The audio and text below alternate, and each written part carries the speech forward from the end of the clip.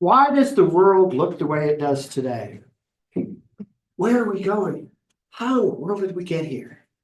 The answer lies, at least in part, in history. I've always been fascinated with history. My fascination with Poland probably started in elementary school.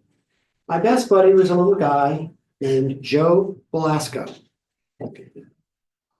Well, most of the other kids had boring names like Smith and Jones and Cook and Arnold. Well, at least Jones was a cute girl.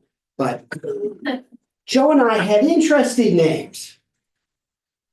So I learned he was from Poland and my ancestry was Italian. Well, this trip finally got a chance to go to Poland. Here we'll talk about 50 years of Polish history. Now the tour started in Warsaw.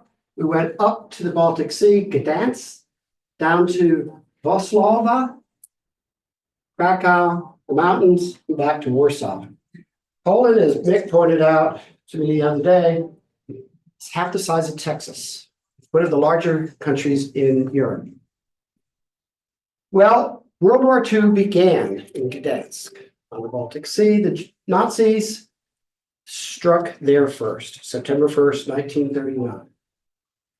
16 days later, Soviets marched in. So from one side, the Germans came in, the other side, the Russians, the Soviets.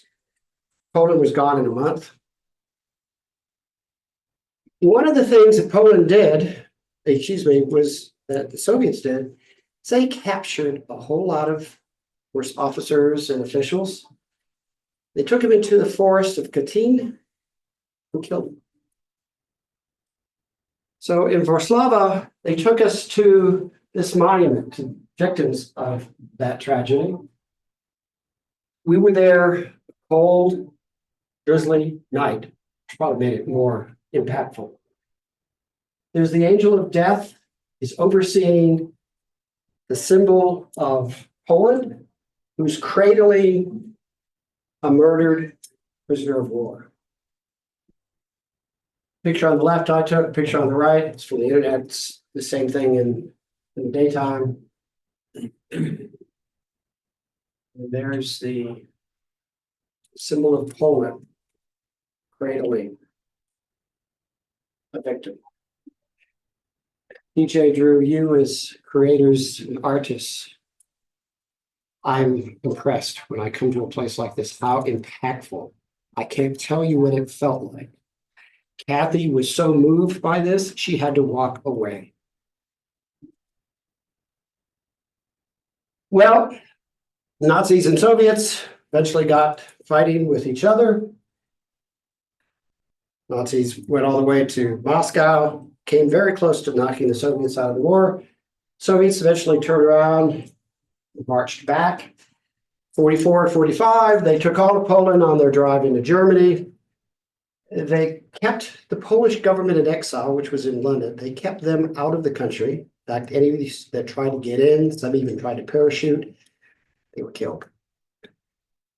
And they screwed around, changed all the borders. 44, the Soviets watched as the Nazis destroyed 85% of Warsaw. And shortly thereafter, the Soviets themselves destroyed 85% of Gdansk.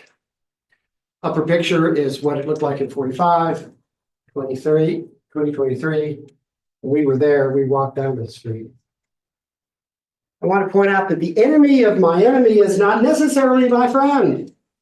It is said commonly the opposite way, but that's wrong. This picture is from Yalta, in what is now Russian-occupied Ukraine, Crimean Peninsula. I have stood exactly where this picture was taken. One of my business trips to what was then the Soviet Union.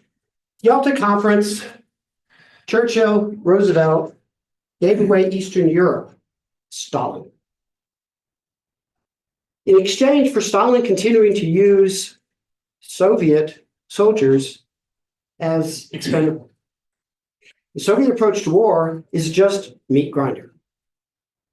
And that's how the Nazis were defeated. That's, of course, what Putin is also doing in Ukraine. It's just throwing bodies. They don't matter. So we gave away Eastern Europe at that time. Another piece of artwork, St. John's Cathedral in Warsaw. This monument is to what's called doomed or cursed soldiers, 44 to 63, people who individually tried to stand up to the Soviets. This is a close-up that I took. And the anguish that you see is so captured. It is a pretty cathedral, but I kept being drawn back to this monument. And I had to talk later with the tour guide. What was I really looking at? Because I don't happen to read Polish too well. Well, the Poles started to fight back in 1970. There were protests in Gdansk outside what was then called the Lenin shipyards. They made the mistake of protesting outside the gates where the tanks could get at them. At least 45 killed, over 1,000 injured.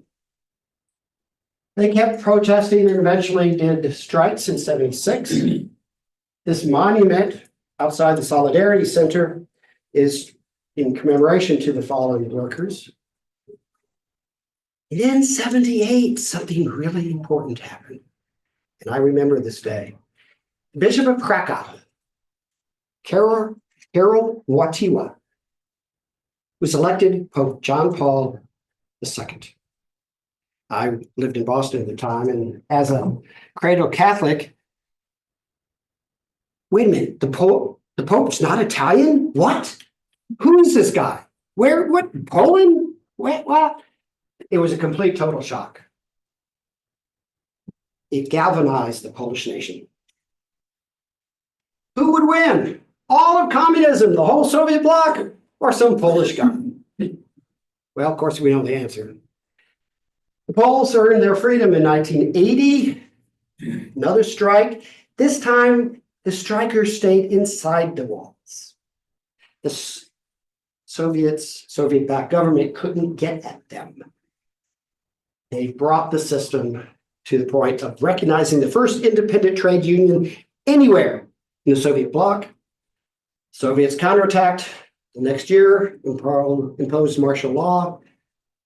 Eventually in 89, solidarity-led movement forced the agreement to have free elections. And when Lech Walesa, the head of Solidarity, signed that agreement, he had a pen oversized like this with a picture of John Paul. And so at the visitor center, they sell these. So of course I had to buy one. So here's part of the message. Common man conquered communism. The good guys can finish last. Karol Wojtyła, he started off working in stone quarry. Happens to be where my grandfather worked. He studied acting in Warsaw, changed his mind, went into the seminary, became a parish priest, then Bishop of Krakow, then a cardinal, and then head of the Roman Catholic Church. Lech Walesa worked as a car mechanic, an electrician. He was one of the organizers of the first protest in 1970, co-founder of Solidarity, signed the agreement that essentially ended World War II from the standpoint of the Poles. He later became the first elected president, free president of Poland. Good guys can't finish last. And people from a common background can change the world. You can change the world. You can change the world. You can change the world. You can change the world. They did. One of our tour guides in Gdansk posed an interesting question. Which atrocities were worse, the Nazis or the Soviets? It kind of surprised me, and she pointed out, well, in the case of the Germans, that regime's gone. The Soviet sort of gone, but Putin was the had a KGB in the Soviet system, so you can argue it's not quite gone. Were the responsible people punished? Germans, yes. Soviets, no. Have the crimes fully been made public? Germans, yes. Soviets, no. Are children taught about the crimes? In Germany, they most definitely are. Russia, they are not. And is the ideology behind the regime taught in schools, promoted in schools?